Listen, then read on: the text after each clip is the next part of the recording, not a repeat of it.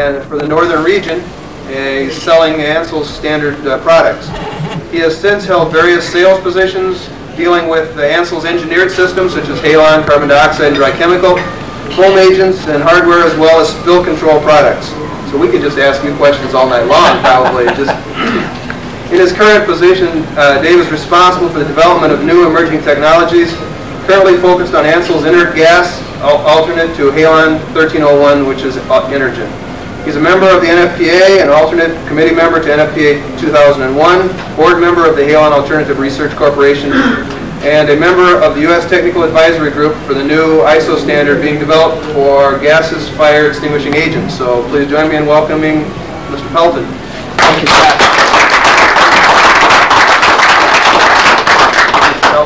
Yeah, I was going to say, if I could get a hand, and in the interim, we'll provide a handout here or two. I'd like to thank the council for extending to Ansel this evening the opportunity to come speak to you. It's my understanding that past programs have focused on some of the other alternatives that have been commercially put forth, as noted in the Nfpa standard. And it'll be a pleasure talking to you this evening about the inert gas mixture Inergen. Our program is going to take a look at a little bit of background relative to the history and the development, a look at components, test protocols, a general overview relative to the applicability of the agent.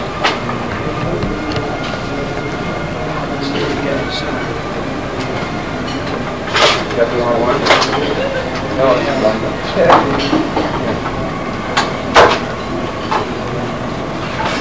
I'd like to challenge each of you this evening, and that challenge really is to go back to what I call the basics, and the basics being good fundamental fire protection. What we've seen over the past 4 or 5 years since the demise of halon is certainly some confusion in the marketplace. Many of you know, many of you probably experienced that we widely and broadly installed halon. I mean, we blindly did it. It kind of became very similar to certain 80 sprinkler applications where we just took the attitude, this is what's right. And I think candidly we lost focus someplace with that. Many of you can probably look back and say there's a lot of 1301 applications that perhaps should have never gone halon 1301. Perhaps there was a better agent, whether that agent was wet, dry, dirty, clean. And so what I'd like to do is really challenge you this evening to go back to the fundamentals, go back to the basics, start applying good risk management and proper hazard analysis and good fire protection engineering judgment. Because those hazards are still there. They're still valid. Certainly the market has shrunk, the hazards have changed, configurations of the hazards have changed, but it does present a new challenge for us. So if you leave with one thing this evening, I would like it to be that I'd like to challenge you to start planning today for that future, and that future will be shortly around the corner. With that, before I put in some slides, there's a quick handout here that maybe we can split up and pass around. I won't go into it much in detail, but I did want to make you aware that the 1996 edition of Nfpa 2001 has been released. Paul Rivers, one of the other committee members that you know, is a member of the technical committee as well. And the document was released, I believe, about 4 weeks ago to the committee members and is available for publication.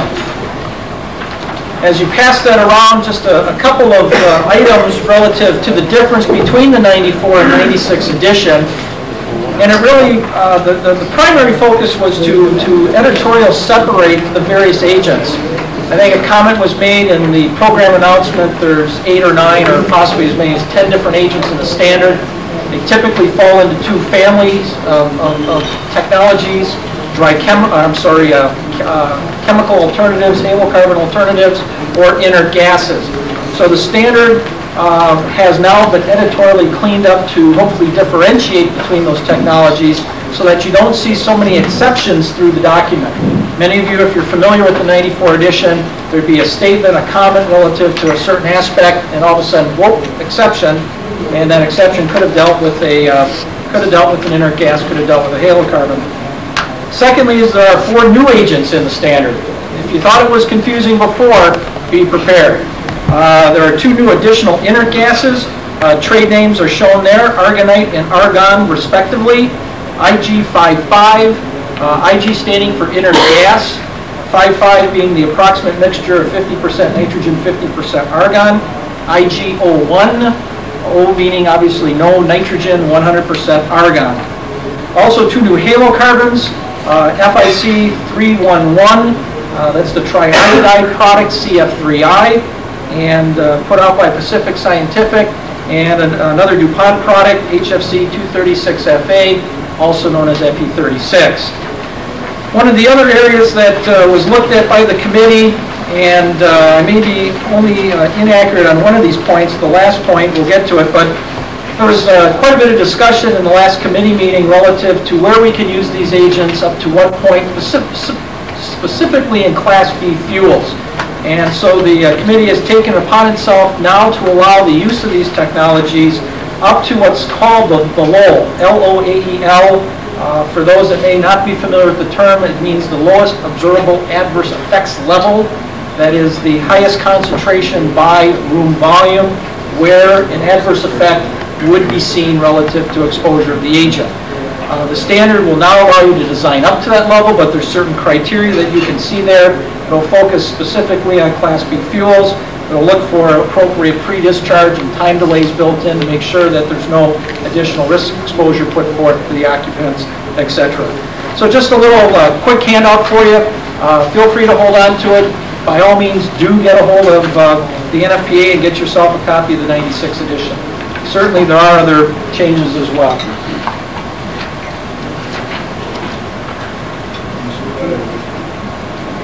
With that, why don't we jump into the program. I also have another handout up here we can leave on the table afterwards for you. Some general information regarding the inerts. And if I can find my starting point.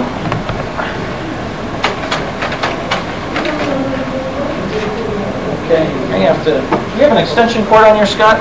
Yeah, you can keep coming out. Yeah, just keep going. One of you guys are going to have to play clicker for me here as well.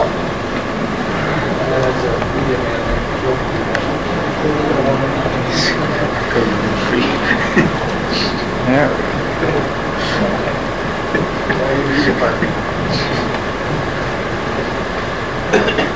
Everybody see that okay, or do we need to raise it a little bit? Okay, someone would do the honors of clicking for me. A little bit of background in history. The inert gas mixture, Inergen, was commercially introduced 4 years ago. Initially developed by the Europeans and brought to market as a complete fire extinguishing system, and has been widely accepted and utilized within the European community. Relative to the concept of the agent and the background of the agent in terms of its applicability as a fire extinguishant, that actually was developed back here in the U.S. and done by a research medical physician who basically has dedicated his life to the development of alternative breathing systems and breathing mixtures. He had developed this combination of inert gases as such environment. Really never saw it as a fire extinguishing agent. It wasn't until an article appeared in, I believe, the Journal of Aerospace and Environmental Medicine. Someone happened to notice it in Europe that, boy, this thing looks like not only is it people compatible, but I can breathe it. What about a fire protection application? So the long and short of it is, here we are 4 years later with a viable product. As you see from the Nfpa 2001, the inerts have really become of interest. Prior to this, we certainly had CO2, we had nitrogen inerting, but for the most part, they were typically focused back at local applications, maybe limited total flood applications, and for the most part, Halon 1301 had been so strong that not a lot of other research had been done. So with the demise of Halon, it really was an opportunity to take a look at this new area.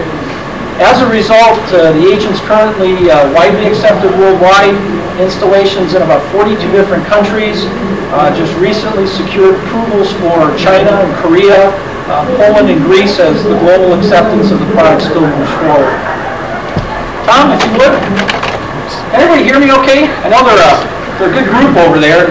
Can't figure out what they're doing, but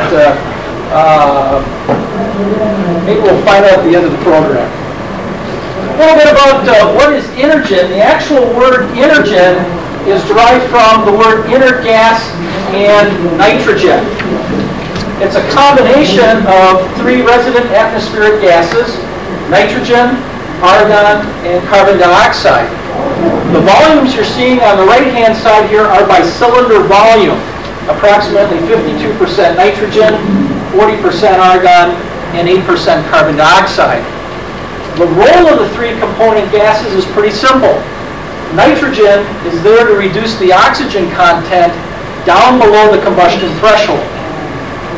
Argon provides a very stable discharge atmosphere. You don't see a lot of ascending or descending phasing of the product.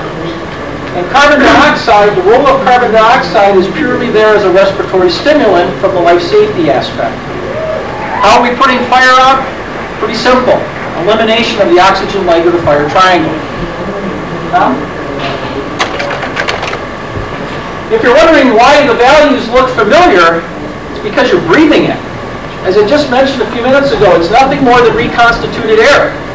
Currently in this room, we're breathing nitrogen, a little bit of argon, carbon dioxide, oxygen. This is normal atmospheric makeup of air in this room, about 78% nitrogen, 21% oxygen, about 1% argon, and less than 1% carbon dioxide.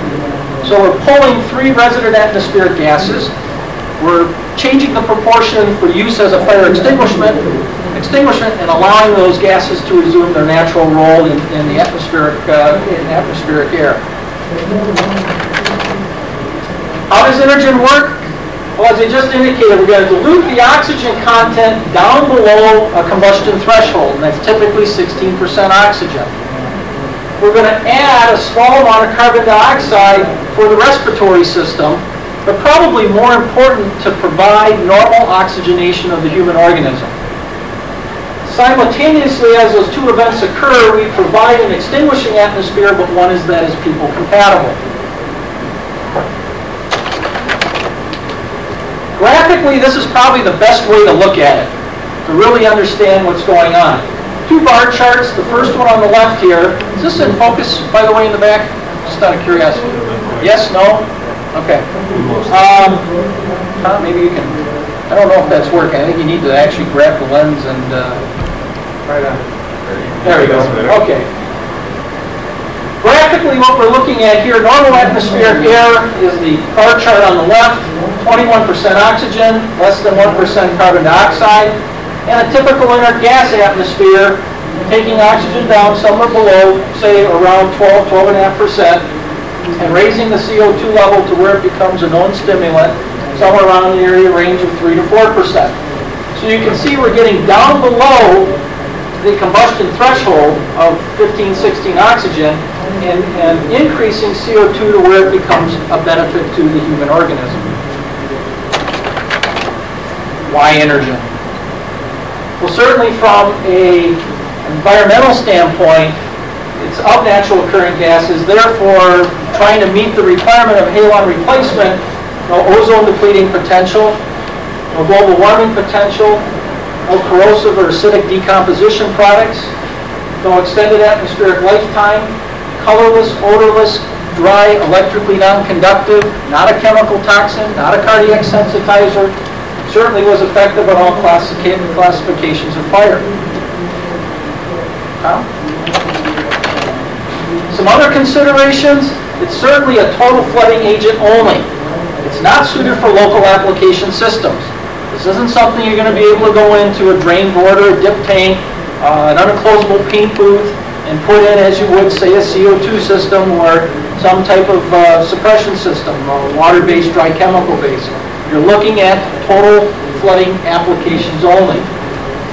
Conversely, it's not a streaming agent. There's no liquid throw to this product.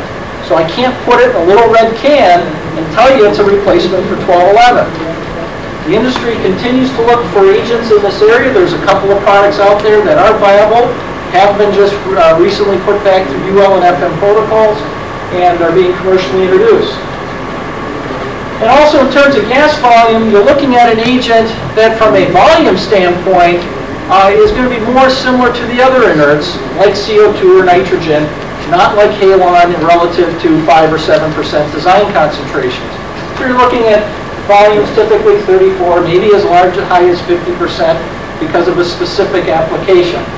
Normal design concentration is 37.5% and equates roughly to about a 47% flooding factor by room volume. So replacing just short of about half the room volume with the inert gas mixture.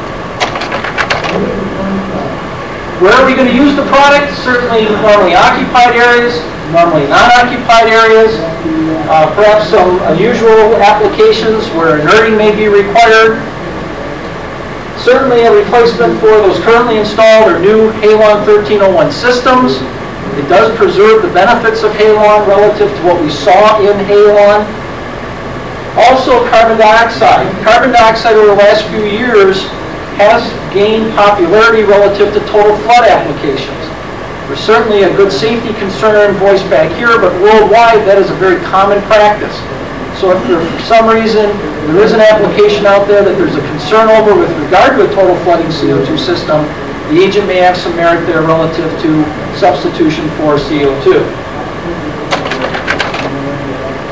Specifically, where will it be used? Traditional halon 1301 environments. I think in general, what you're going to find is all of the alternatives are going to have niche markets. Certain maybe specific applications where a agent or group of agents may have a better fit.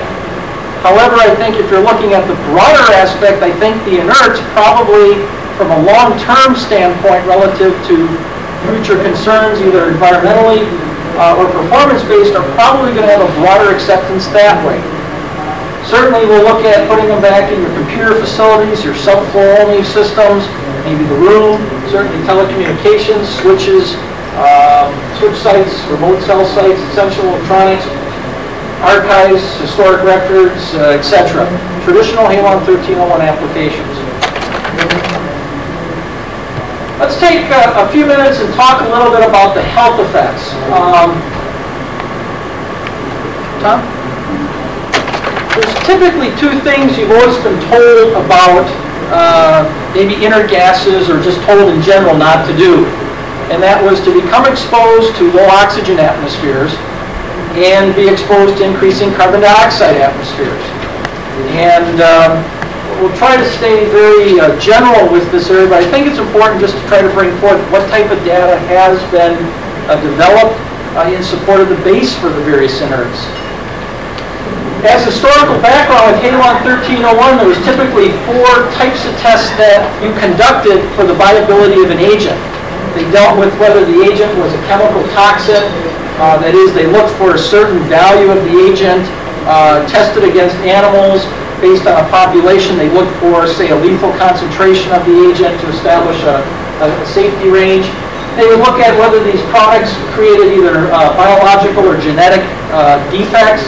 And cardiac sensitization. Halon 1301 was and is a known cardiac sensitizer. So there's a very good established protocol to work from as it relates to the alternatives. The inert gas mixture is not a chemical toxin, nor is it a mutagen or teratogen, or is it a cardiac sensitizer. So there was other things that we had to look at relative to establishing safe use concentrations, and those dealt with changes to the human physiology. I'd like to clear up a couple of those perhaps misconceptions out there, and the first one deals with increasing concentrations of carbon dioxide. And I want to make sure it's clear that what we're talking about with the Inergen mixture is a combination of 2 events, not a combination or not a single event such as increasing, say, CO2 or decreasing the oxygen. The chart you see here is strictly on CO2 concentrations, so let me address that first. It was put together by the Institute of Environmental Medicine at the University of Pennsylvania, and basically what it shows is a chart broken out in 3 sections. Horizontally, we have percent of carbon dioxide by room volume. Across the top, we have, in essence, time exposure and the various effects that one would see. what the chart is saying, at less than, say, 2.5–3% carbon dioxide by room volume, it's normal, we need it, it's there, it's part of our respiratory system. It does not adversely affect us. We all know from those of us that have designed and installed and work around CO2 systems that greater than, say, 7–8% supersaturated CO2 atmospheres, they are not people compatible. But there is a range between, say, 3 and 5%, 2 to 5%, where in fact the agent is a respiratory stimulant, and it is shown that it has been a stimulant not just for seconds or minutes, but for hours, days, and weeks. Known medical fact. Tom? As a result, I indicated earlier that what we try to do in working with the people at the EPA as we went through the SNAP submittal process was how do we define safe usage ranges, how do we qualify inert gases because they are differently from the halocarbons. And we do it again on what's called hypoxia, that's the medical word for low oxygen. What you're seeing here is a chart of oxygenation by the human body. I'll try to keep it as simple as I can. On the vertical column, we have mental performance, that is 100% mental performance, no mental performance. And on the vertical on the horizontal axis, we have oxygen consumption by the body. You will see up here the red value is at, there's supposed to be narrowness, there's narrowness in here, but the red value represents 21% oxygen that we're breathing in this room right now. And as you can see that, the body is operating at 100% of capacity. The red line shows that as you decrease in oxygen only, the body consumes less oxygen, therefore obviously performance decreases. Fairly straight approach. The blue values, however, show where CO2 has been added. And as you can see here, this value, 10% oxygen, with added CO2, you're about brought back up to what full 21% oxygenation performance would be above the 95–98 percentile. As you can see, 8%, this value here, the next value is 8% oxygen with added CO2. So there's a wealth of data that's existed out there that is now being applied relative to the inerts as we look at these fire extinguishing scenarios. Tom? Another way we look at it is through various performance testing. These are actual test results from human subjects that were put into a room, exposed to the agent concentrations over a 90-minute period. They basically started out at normal atmospheric air. They allowed those individuals to sit in that room and perform various tests and functions. One of the common tests they look for are word number type associations. Others are division type tests where you ask the individuals to perform functions or tasks. And the individuals sat in this room for a full, say, exposure to 21% oxygen. They then took the oxygen down to 10% only, no added CO2. They had them provide the same functions. They then added CO2 back in, and they watched the difference in performance. And what you'll see is the yellow bar chart here is normal atmospheric air. The score for, say, the word number test was 20. As they went to an oxygen-only depleted atmosphere of 10%, the score dropped to 15. As they added back in CO2, the score increased up to nearly perfect, up to 19. The same can be seen in the various division tests. Normal atmospheric air, 23. Straight oxygen depletion only, down to 15. And as they added back in CO2, almost restores it completely.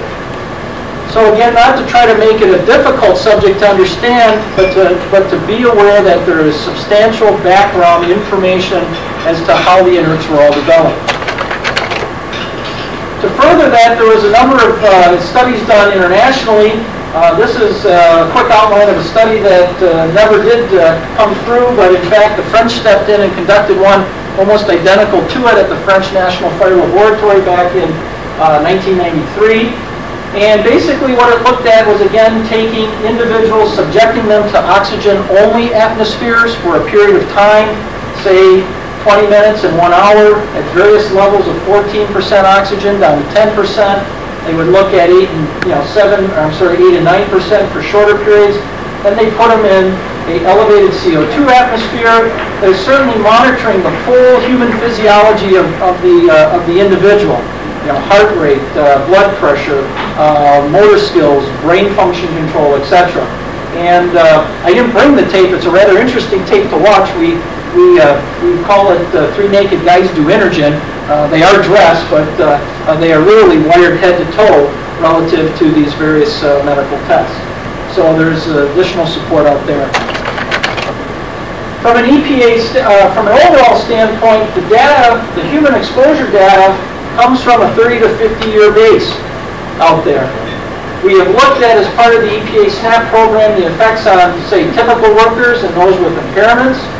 We've looked at the other health effect issues, which would be what would happen in a fire scenario where you have combustion products. And certainly we don't have to worry about decomposition products relative to the agent. There is no fluorine or bromine or chlorine as there were with the halons.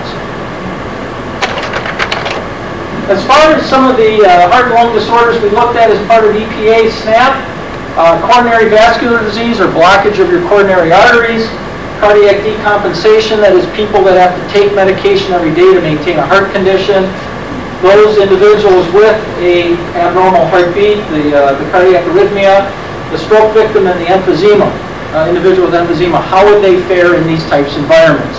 And those are all peer-reviewed as part of the EPA SNAP process. The individuals that peer-reviewed them were certainly from respected institutions, medical and clinical research specialists, University of Rochester, National Institute of Health, Temple University. The agent's also been reviewed widely by other health authorities, and these are just some of the various countries that have gone through, or the agent's gone through an extensive health review. For those of you that may be with companies that have a global perspective. Some of the lists, as you can see here. Certainly the UK, Germany, Australia, some of the Asian countries have very strong occupational health and safety type programs out there.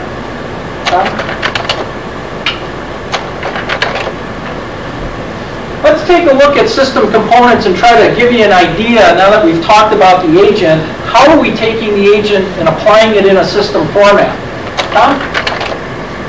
Well, there's two basic design types. And early on, going back to 93, 94, you probably saw and still see what's called a balanced piping system. Halon 1301 was certainly put out in both balanced and unbalanced designs. We'll talk about unbalanced in a second. But as an example, in our simulated telephone room here, you have an array of cylinders with a manifold, single pipe network either to a single nozzle, maybe a dual two-nozzle system and in what we call an I pattern, or maybe a four-nozzle system in an H pattern. That's balanced piping, where where the longest length is no greater than 3 times that of the shortest. The piping is always within a balanced ratio. Then the unbalanced design configurations came out, and those have just been, within the last couple of years, the various manufacturers have all gone back to the listing and approval process. Again, we would have our array of cylinders, manifold, pipe network, somewhere either prior to in the ceiling or in the subfloor, we would split with your T, and in the case of our simulated computer room here, nozzles overhead in the main room, as well as nozzles in the subfloor. Unbalanced type array. As far as the cylinders, they're DOT 383AA industrial gas cylinders. Cylinder pressure is 2175 psi at 70 degrees. They come in a variety of sizes. Unlike CO2, where we would call them by pounds because CO2 has a liquid side to it, these are actually in cubic feet. Looking at, say, 435, 350, actually 350, 250, 200, and 90 cubic feet of gas, respectively. There actually is another larger cylinder of 435, but it gives you some perspective. What we're taking is existing carbon dioxide style hardware and have modified it for the inert gas mixture. As far as the cylinder valve, exactly what you would see with your CO2 valves. We've obviously added a gauge to read pressure. We've eliminated the siphon tube, so you can either land horizontally or vertically. Same other safety features are built in relative to your burst discs and your fill ports and your actuation ports for remote actuators, etc. The nozzles look very similar to Halon. Brass-type nozzle with a fitted orifice plate that's not shown. Obviously, the orifice plate would have a hole drilled for a specific flow rate based upon your computer program. Sizes of nozzles, half all the way up to 2 inch. Recently, you've introduced a 1/4 inch nozzle. It's one of the things we're going to find with Intergas is a tremendous flexibility relative to small equipment-specific applications. So with some recent Bureau of Mine testing that we did here this past summer and MSHA testing out the East Coast, we developed an application for a piece of equipment in the mining industry, 1/4 inch nozzles, 1/4 inch pipe. Speaking of pipe on the manifold, because of the higher pressure, we'll be using Schedule 80. Schedule 80, 853, A106, black, common, half through 2.5 inch sizes, very common. Their pipe fitting union, where we're going to step down the pressure. Again, the orifice union is a variety of sizes based upon the design. In there, you can see the orifice plate. There will be an orifice drilled in there for a specific flow rate. And then downstream, we'll be using exactly what we did with Halon 1301. Schedule 40, 853, A106, black, common, half through 2 inch sizes, 300 pound class fittings. So pipe system would have to be changed, but maybe not all. The factor that's going to come into play with any retrofit situation is whether or not you have a complete history of the system. Is the pipe painted? Do you have a record? Are the as-built drawings accurate? Do they have 150 pound class fittings, which was the old Nfpa 12A standard requirement, not visual? All your maintenance devices, that all remains the same. So in many cases, we're upgrading strictly the mechanical side, and we're leaving the mechanical side and upgrading the suppression side. Again, if for some reason the hazard has changed, the detection concept is wrong, maybe it's out of date, and you take the opportunity to upgrade, now would be the time to do it as you go in and change the suppression side. Relative arrangements, etc., it's a single-phase gas and will afford us greater flexibility. Relative to that, just to give you some kind of idea, against Halon 1301, we can kind of show you some of the things. Certainly relative to the agent, we know 1301 was liquefied, certainly the inner gases aren't. The enclosures, we actually want a leaky environment. We don't want an overtight room. I don't think you want an overtight room with any of the agents. That includes the halocarbon ones as well.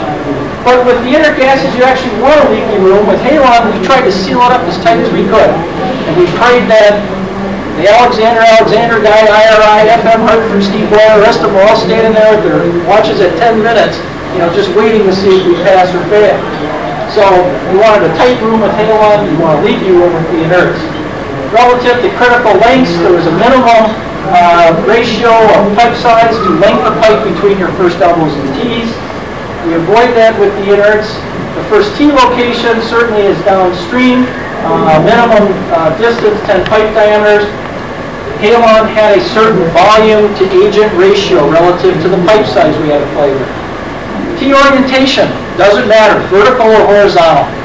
With Halon, we could only do horizontal outlets only because you didn't want the liquid and the gas to separate. Cylinder locations, remote. You're only limited by the computer program. There's actually installations in Asia and in Europe where the cylinders are in the basement, piped up 2-3 floors to the risk. Or there's a one large system installed with selector valves going off to multiple risks.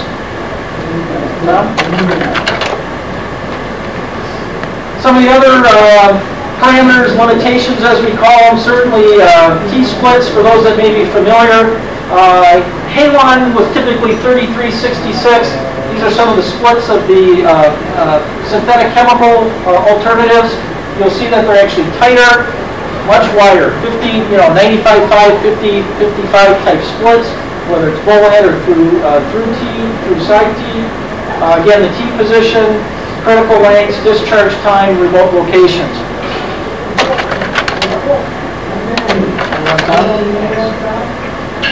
Let's take a little bit of time to discuss what we would see relative to test protocols, test results.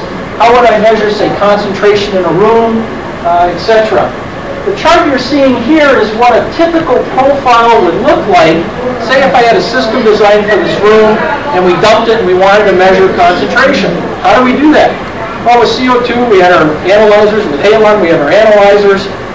We go in, we look at different phases of the room, put our monitors in, and again, look for the concentration. With the inert gases, we actually want to measure the oxygen and the carbon dioxide. And we do that through an O2 CO2 meter tied into a chart recorder or a computer, computer sinologger, which would tie into your laptop notebook. But what you'll see is, as you go graphically and print out the profile, is you'll see your decreasing oxygen curve, and you'll see your increasing carbon dioxide curve held throughout the design of your system and through the period that you're looking for. So that's typically what you would see on your paper chart recorder. In terms of system design and some flexibilities, I mentioned earlier, selector valves have become a very popular approach again, where you're looking at multiple hazards. Main reserve capability. What you're going to find is with these agents, you're going to find many of the similar features that you had with halon relative to main reserve, operation sequences, actuation type devices, whether electrical, pneumatic, mechanical, but you will also then have the ability to come back in and manipulate those through things like selector valves. So you'll find that you'll have additional flexibilities out there. One of the interesting things we saw within the testing was retention time. This was real interesting. We noticed the phenomena here. We talked to our colleagues over in Europe who had done some more extensive testing, and this is actually a printout of an actual halon system discharge and an Inergen system discharge in the same room, profiling concentration. And what we're finding is we're actually holding room concentration almost twice as long. 15, 20, 30-minute hold times is not uncommon with inert gases. Not uncommon at all. In fact, unenclosable openings relative to, we have a demonstration booth, very similar to those that might have been familiar with halon. DuPont early on had a small, what's called telephone booth. Had a very fairly sizable door on the back based on the volume of the box. And with halons, once that door was open, the gas was gone. What we're actually finding is you can open that door 2-3 times and keep changing people, and the concentration just stays right in the room. So what we're looking at here is taking, say, on the Inergen side, concentration by room volume, equating it back to an oxygen level. Here, basically 16% oxygen. Obviously, halon we tried to look for, and then we tried to shoot for that on written time. So we're finding that retention times are something that's rather attractive with the inerts as well. Take maybe just a few minutes here and take a look at some slides of, again, typical applications that we would see. This is obviously a record storage room or document storage room on a moving track. You can see a small single zone control panel over here with a maintenance device and a pull station, horn strobe. Looking back toward the other end, you can see the cylinders down in the corner. Lined up, common manifold, manual override, pressure switches, union orifice up to the nozzle array in the room. This is a much larger system. This is a multi-control panel, zone panel. I don't know if we can focus that a little bit.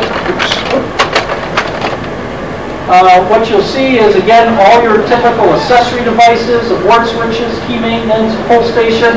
This actually is controlling a UPS room, a telephone room, a computer room, and a record storage room. It's a total of somewhere around, I think, 70, 80 cylinders that were selector valve off into multiple hazards. And, your signage isn't going to change, very similar to what you saw with halon.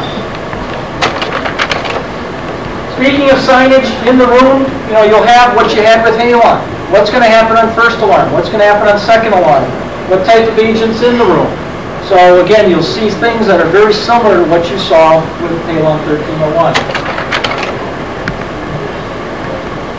Within this room, we were actually also protecting another separate hazard, and in that hazard, we decided to put the cylinders in the room here with the control panel, and these 4 cylinders are actually piped adjacent to another hazard, a print room that was set up. So again, we went off and common manifold up here, union orifice up and over to that room. Remote cell sites, another good application. Protected many of those within the telecommunications industry, Tom. Obviously, the risks are, your battery backup, your generators, your battery room, your power supplies. Overhead heat detection. Here's your nozzle. You can see part of the pipe network in the nozzle. Over in the corner, your 4 cylinders, common manifold. Again, solenoid, pressure switches, various accessory devices, control panel, maintenance switches, devices, etc. There we go. Why don't we just take a quick look at what types of testing was done on the various agents and how do we test with the agencies to try to give you some perspective as these products come to market, as they're put through UL and FM type programs, what's all involved and what from a manufacturer standpoint do we have to do. With regard to Class A fire, we certainly have to test for it. It's noted in 2001. Obviously, we're looking for surface fires only, but within the research, all manufacturers obviously looked at a deep seed scenario, tried to determine whether or not these agents were applicable. If they weren't, if you did have that scenario, how would you design for them? What type of extra agent would you add? What type of hold times you would look for? That's obviously the objectives of the test, to establish those extinguishing concentrations and soak times. Various fuels that have been looked at here, shredded paper, loose paper, wood cribs, plastics, insulation materials, etc. Testing in other parts of the world have looked at these in addition to more variety of plastics and insulation materials. Just to give you some idea, this is one of 2 test facilities or test devices, apparatus that we have in our Research and Development Department in Marinette, Wisconsin. This is what we call our small test box. It's 4 by 8 by 8, basically 250 cubic feet. In here we have a metal basket that's suspended on a load cell that we're able to put the fuel in. The box is fully monitored. Oxygen, carbon dioxide, carbon monoxide. We look for other we look for other combustion products. We obviously monitor for decomp, but there isn't any. Temperature, weight loss, fully instrumented, collected back to a data acquisition system. And what this allows us to do is get very reproducible, very accurate test data. So we can go in and look at a specific fuel, look at a specific combustible, and be able to come back with various recommendations as to what you might want to do. Relative to the equipment, we just covered that. We also take and do modified scale testing. This is a modified 1A wood crib test based on the UL parameter indicated. We've got the data acquisition. These are the types of results that you would see off of these tests. Weight loss profile is one that's very common out there. That is, we start with a known mass of material, known weight. We burn a percentage of it away over a time period. That time period could be a 3-minute period, 1-minute period, or 6-minute period. We lose a percentage of weight of the material. We discharge the system, and obviously from the flat line, it indicates that the fire is out because we have not lost any, continue to lose any additional weight. Obviously, the O2 CO2 profiles are another way that we log the data. You can see from the declining oxygen and increasing carbon dioxide curves for the various time periods. Typically, these are the types of summaries that you get out. You'll find your extinguishing concentration. You look at an added safety factor. In this case, we apply a 20% safety factor. We come out with various concentrations. And in this case, we also again monitor for CO. I don't have a slide in the tray, but there is a slide that would show basically a box within a box as far as design purposes. And what we're trying to do is just hit it anywhere in that box. And what you would see is that the various values noted here, 11, 12 oxygen, 3, 4, 5 carbon dioxide, all fall within that box. So they're acceptable test criteria. What are the Class B fuels? Obviously, we're looking for liquids and gases. We did some inerting through Factory Mutual, commissioned a separate study on that as part of the initial development process. Again, we're looking at determining the various extinguishing concentrations required. Again, we have different rooms up in our Research and Development Center. This one happens to be 30 by 30 by 10. We can go in, manipulate the system, look at different oxygen levels, CO2 levels, really optimize the system for performance. This is just a partial list of the different Class B fuels you look at. We do that through a laboratory device as well as full-scale tests. For those that may not be familiar, this is the infamous cup burner. It's a lab device where we basically have a flue or a chimney where you flow a fuel. In that fuel, you have a combustible atmosphere where you would have a flame. Your fuel source obviously comes in from one side. You then, from the other side of the device, send in your agent through a specific flow rate, through a mixing chamber, up the flue, and the fire goes out, and you determine your various concentrations. From that, we develop the information that then eventually goes into Nfpa standards, ISO standards, is used as a baseline for minimum designs. The fuel is heptane. You look at times to extinguish, the concentrations, 29%. As I indicated, we also had FMRC just look at a separate inerting study for perhaps unusual applications. They test against the 12A, 12B standard as far as inerting was referenced, methane air, propane air mixtures. These are the values for concentrations minus the 20% safety factor. So this is where you start again to see the higher range. As far as the test protocols, they're really broken in. UL and FM are very similar in nature. They're actually taking the existing, what's called 1058 standard from UL, that's the Halon 1301 standard, and they've pulled certain sections from it, they've added other new criteria, and they've done an interpretation and application of these standards. You can kind of look at the UL protocol as really broken into two different phases. You could say that phase one is your preliminary investigation where maybe 90% of your work is done. This is all the upfront grunt work that I call, things like component testing, basic flow testing, some fire testing, your agent design calculations, cylinder valve cycling. This is a 500 cycle cylinder valve test where you trip reset, trip reset, trip reset 500 consecutive times, and then you have to hydrostatically test the valve at 2/3 times the operating pressure and be able to pass it. Same thing with all your hydrostatic tests for bursting of your cylinders and valves. You then come back under what's called a listing investigation. That's basically where you go in, you bring in the agency inspectors, you run the full-scale fire test, you complete the miscellaneous data. This is no longer applicable, never was early on, going back to 93, 92 or so. There was actually some talk about once you got all this data, you went into EPA SNAP and submitted it. That's no longer the case, never was the case. The FM protocol, as you can see, looks very similar.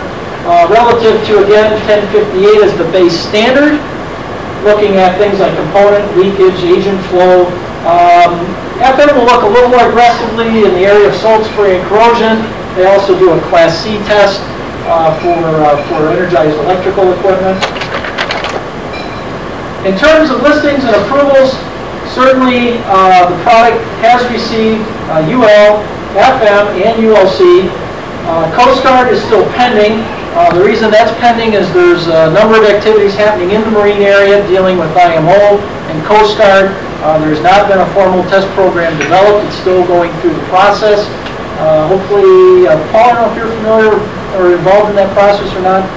Later this year, I think it is. Hopefully, should Coast Guard? IMO, when IMO gets their act together. With the IMO, there's a SOLAS meeting in May where they're going to be drafting their response. The U.S. tag led by the U.S. Coast Guard. They're going to draft their written response to the IMO meeting in London in October. I think it's in October. I think it's in the fall as So, well. but they're going to be running tests on several clean agents in June, starting in June. So what you'll find is that many of the manufacturers have yet to go through any formal process there. If there are marine applications, typically they've been accepted. If you're complied with 2001, have UL or FM, there have been some limited applications installed. Relative to other approval agencies around the world, you can see some of the various approvals here. SSL, Australia, VDS in Germany, APSAT in France.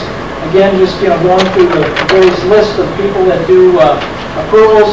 Mentioned earlier that Korea and China and others have been added. As far as from a legislative regulatory perspective, the agent certainly is acceptable under the EPA SNAP program. For those of you that may not be familiar, this dates back to 92, 93. It is tried to be updated on a quarterly basis. There's a final rulemaking that's pending that's tied up in this whole budget issue of getting the government back up and running. And there's also 2 preliminary notices for rulemaking that are also tied up in the same process. I believe these deal with some additional new agents in the streaming area and perhaps a couple of powdered aerosols in the flooding area. Can you go back, Tom, for a second? Relative to 2001, as we talked earlier, the agent is listed in the standard known as IG 541. So it does have presence there. As Scott mentioned earlier, and Paul is aware of, both Ansel, 3Ms, and the other manufacturers are involved in the international ISO standard process, the development of a new ISO standard, and the agents are also referenced there. And in conclusion, as we kind of wrap up here, it certainly is a long-term solution. One of the things we struggled very hard with as we, from a manufacturing standpoint, looked at all these agents and said, if we bring one or multiple agents to the marketplace, what do we bring and why?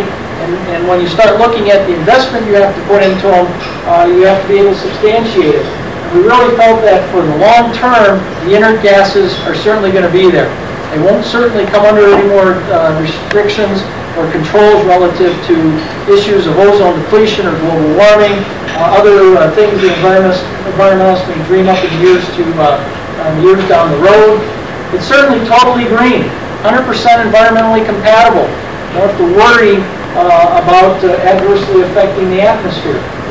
Certainly from a health and safety standpoint, it's been proven safe through data, and that data being human data. With Halon 1301, we had human data, both cardiac sensitization and central nervous system data. It's an effective agent. It's non-corrosive. It's non-toxic. It's not doesn't decompose into a decomposition product. It certainly doesn't obscure long agent retention time and economic agent cost. So those are all very positive things we looked at from a development standpoint. Kind of in closing here, and then for those that are interested, I can either show it or I can wait. There is a couple of, I got a couple excerpts out of a videotape relative to fire performance. But really under options and recommendations, you have a couple of things you can do. You can certainly keep the system, your Halon system, in its present condition and configuration. And if you look at these from a cost standpoint, environmental standpoint, and a political standpoint, some of them make pretty good sense. Certainly from a cost consideration, keeping your existing 1301 system in place is not a bad option. No one's saying you have to remove it, at least in North America. There have been other controls, legislation put in other parts of the world, but it's not banned. It's certainly not subject to any sort of tax. What we would ask is if you do this option, maybe pull more frequent preventative maintenance. Get your detectors cleaned more frequently. Get the system checked out. Get the subfloor cleaned out, vacuumed out, so that you're minimizing any unwanted, unnecessary discharges. From an environmental standpoint, as long as the system doesn't discharge, you're not going to contribute to ozone depletion. Certainly from a political standpoint, that's public image. Many of the Fortune 500 companies today have started what we call Go Green. They started to develop these 5 or 7 year or multi-year programs where they want to look good to their shareholders, good to their executive committees, And many of them do, in fact, have long-term plans put in place for refrigerants, solvents, and fire protection agents. You can certainly replace, the second option is replace the system with an environmentally new product. Certainly from a cost standpoint, it's going to depend upon the system that's in place, the configuration of that, what types of pipe and nozzles are in place, what has to be removed, what may have to be altered. Certainly the cost will vary. I think on average the alternatives are probably running twice as much of what Halon ran. So is that a fair statement, Tom, and some of the other distributors in the room? Compared to Halon back when Halon's peak day. So and those costs will come down as the agents become more and more used. Certainly from an environmental standpoint, you're going to be clean there. And a political standpoint, certainly it's an environmental plus. You're trying to do something relative to the environment. And the last option is certainly remove the system, and you can either keep the detection in or you can take the detection out. I've seen some people that have actually taken it out, gone with a total manual approach. I don't personally agree with it, but it is an approach. Certainly from a cost consideration standpoint, your detection would obviously remain. Your suppression would be back through traditional water sprinkler type applications. Certainly, if the sprinklers went off, you're obviously looking at a major scenario. You're going to have downtime, productivity loss, so on and so forth anyway. And when you look at this whole scenario, there's nothing wrong with sprinklers in those applications, but I think you need to look at specifically the risk, what you're trying to accomplish, and really apply it appropriately. Because in many cases, the two types of agents, a gaseous agent and a water-based agent, can work very well in harmony together. And there's still a lot of people, skeptics out there, that don't want anything to do relative to a water-based agent in or near their sensitive equipment.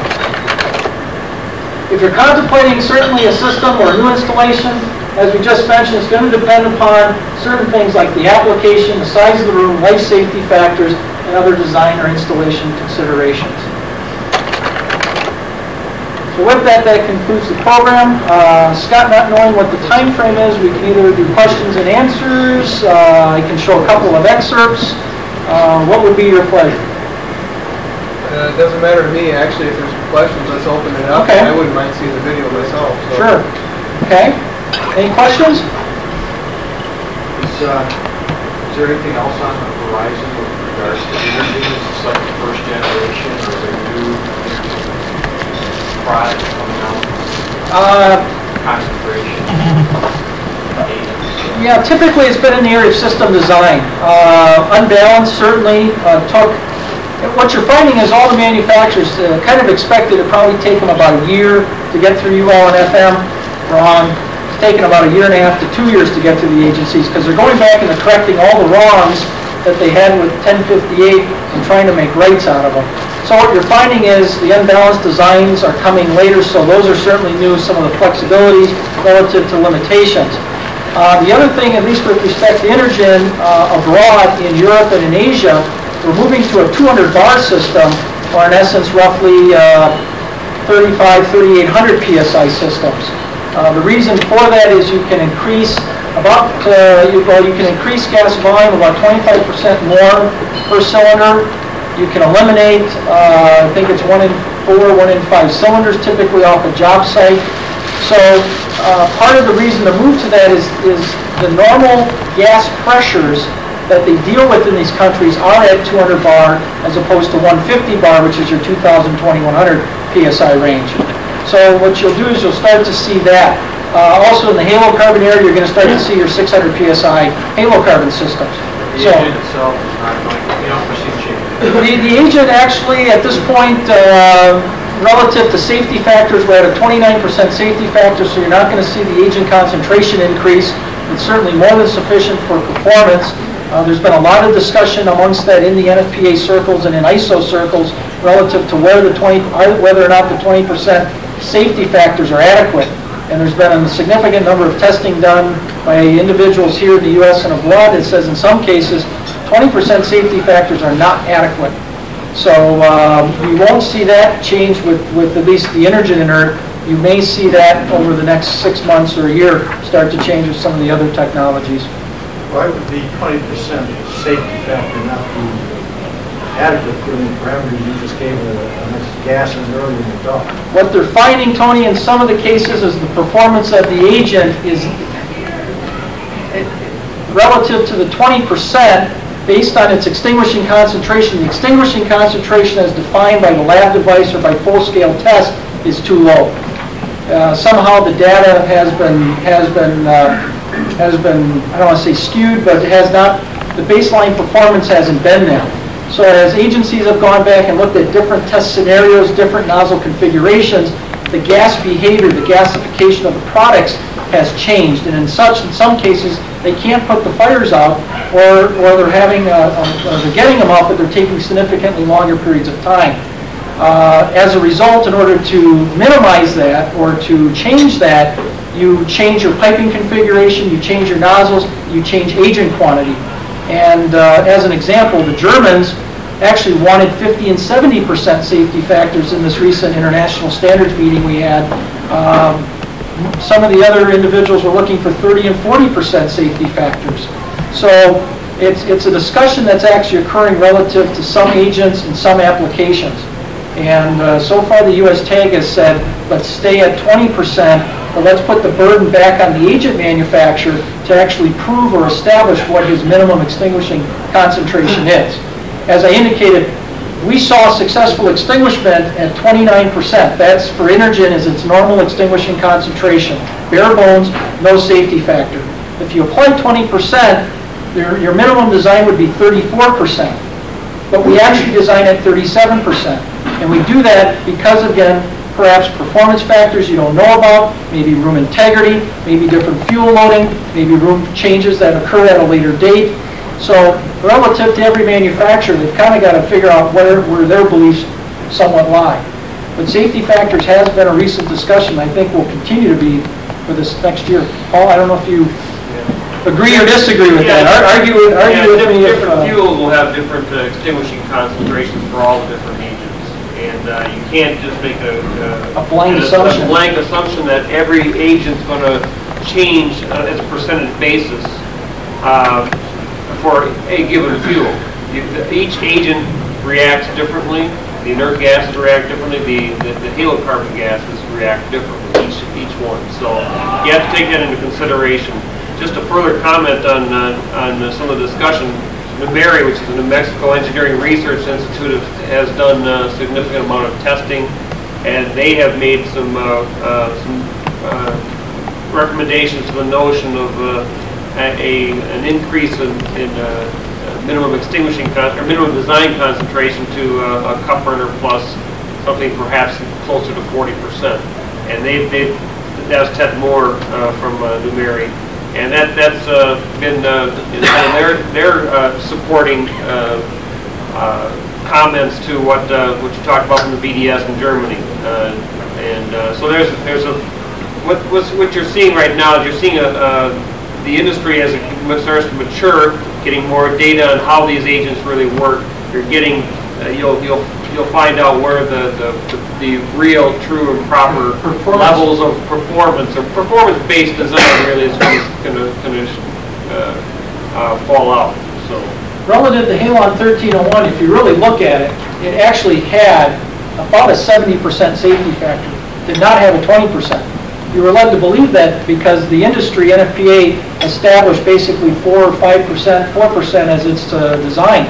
Extinguishing concentration 5. Yeah. But if you look at the true cup burner, it was 2.3, 2.4. I mean, it was under 3. There was a range. Halon went from 2.7 to as high as I think the ICI cup burner value was 4.1. So UL in UL 1058, the heptane cup burner was 3.4%. Or the extinguishing concentration that the UL uses 3.4. So the safety factor increases, also does your cost of the system.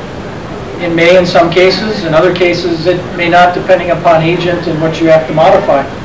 Certainly for agent and agent cost, where you have to increase agent, logical sense would say, yeah, you're going to see an increase in cost because of additional agent that's being required. Any other questions? In the back. Dave, you mentioned one time earlier you talked about this place over in Germany had put like a large tank down to lower level and Mhm. splitter valves. But yet, in your examples you were showing, you had multiple small cylinders. Why wouldn't you want just like one or two instead of so many? It's based on the design, the end use, the objective of what the customer's looking for in the end. Some customers want cylinders in or near the hazard, others are further remote. It's really left up to the individual, the design firm, and the end user putting in the system that they're looking for that specific risk. In many cases with these larger multi-hazard systems, we are just doing that. They're going into a central bank, remotely installed and going out to other hazards. In this case, I think the first example obviously was just a typical record document room, a single risk within, I believe that was a bank out in the West Coast. The large multi-zone hazard was a Sony Corporation in Los Angeles, where we had those multiple different risks. The cylinders were actually in a different room. The four that you saw there were actually in the UPS room being piped over to a print room, but there was actually a separate, it was a 10 by 10 area, 10 by 12 area where in essence these 100 cylinders were, close to 100 cylinders that were installed, that were eventually branched off into selector valves and went back to, I think it was a 4,000 or 5,000 square foot computer room and fairly good size telephone exchange and this type of thing. So it's really, optimizing it. To take it maybe to the extreme on the other end, the application in the mining industry is ground power units. These are electrical transformers on metal skids. We're actually going to lay a cylinder right down across the two skids. We'll protect it with a metal guard from damage or other mobile equipment that may come by. All we're going to do is just run a vertical piece of pipe up the side of the rectifier set and into the rectifier and flood the three chambers with 1/4 inch pipe. So I mean, you're going to see the variables at least with the inert gases relative to different applications like that. The halocarbons, I think in general you'll find are less forgiving, and that's because you're going to find, I think you're going to find the ability to flow the agent or to pipe the agent vertically or to get it across long distances. They are two-phase flow products very similar to halon, and as such they go through various computer programs, and those computer programs obviously developed off of fire test data. And you're going to see different performance with the different products, just as you'll see different performance amongst the inert gases. Straight nitrogen, straight argon, nitrogen-argon mixes, etc. Any other questions? Would those cylinders be stored in an unheated area? Temperature cylinder storage requirements are 32 to 130. Some of the manufacturers, Halon I think actually went down to -32. Some of the manufacturers have gotten close to 0, some are under. Again, it depends upon your elastomers, your O-rings. We actually had our testing down to 0, and we had one cylinder fail out of the UL, is it 6-month leak test, 9-month leak test, or no, it's a 1-year, excuse me, it's a 1-year leak test. We had one cylinder fail at 0, and what we found is that the elastomer compound needed to be changed.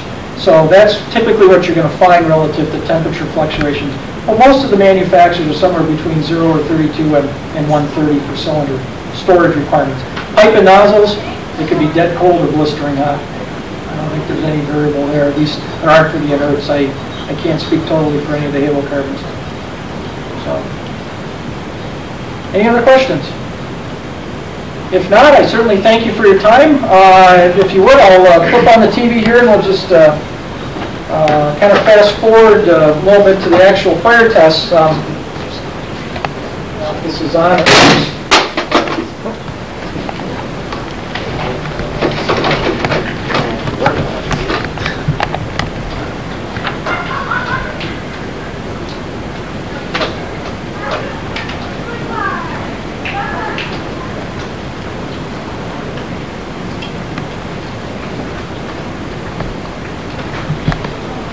What I'll do is I'll just fast forward to the test. Typical manufacturer's propaganda.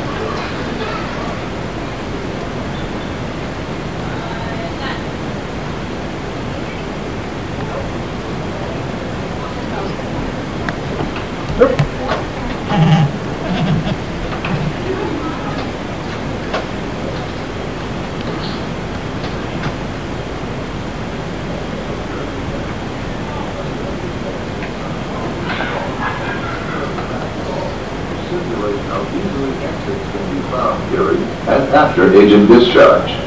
Adjustable vents on opposite walls near the floor and ceiling provided adequate ventilation during the fire's pre-burn.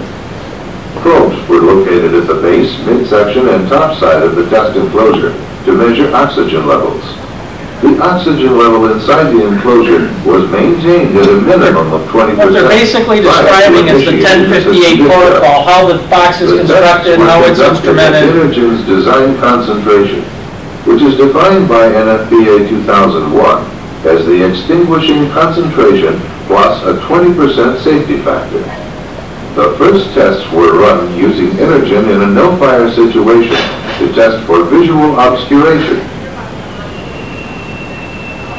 Only a few seconds after discharge begins, it is already evident that Inergen agent does not obscure vision, an extremely valuable characteristic in occupied spaces.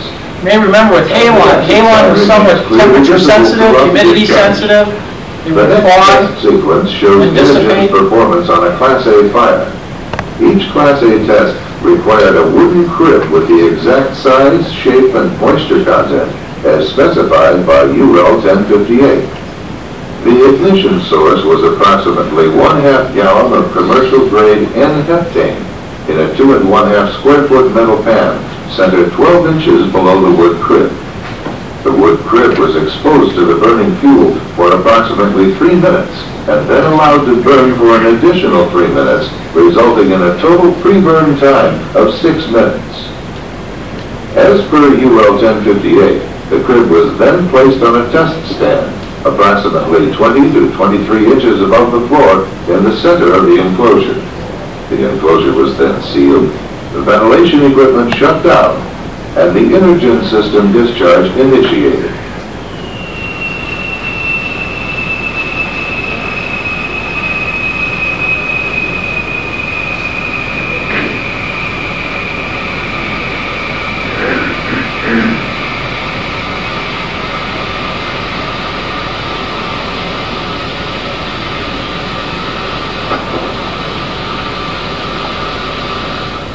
Just 22 seconds after the start of discharge, the Inergen system has already extinguished the crib fire, which is obviously much faster than 1 minute. A soak period of 10 minutes is allowed at the end of the system discharge before the enclosure is opened. The crib is then removed from the enclosure and observed to make sure there is no combustion, reignition, or free-burning embers. The next test documents Inergen's performance on a Class B fire. Each Class B test used a 2 1/2 square foot metal pan, 6 inches deep, located in the center of the enclosure. A minimum 2-inch layer of commercial-grade N-heptane was used to fill the pan to within 2 inches of its top edge. The fuel was ignited and allowed to pre-burn for 30 seconds. The enclosure was then sealed, the ventilation equipment shut down, and the system discharge initiated.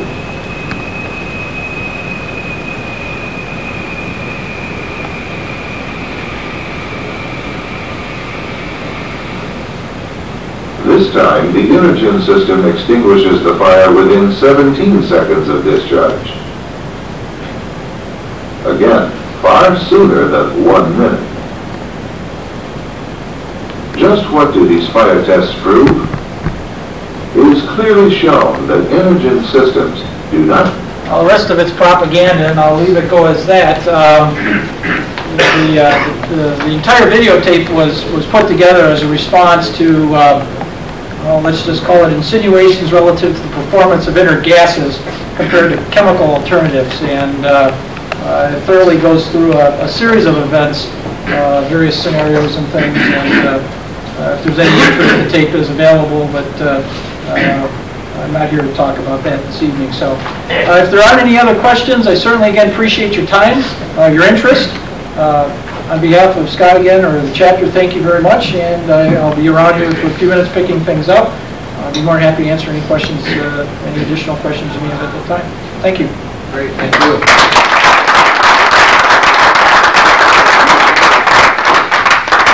Thank you, I appreciate that. It was lived up to its billing.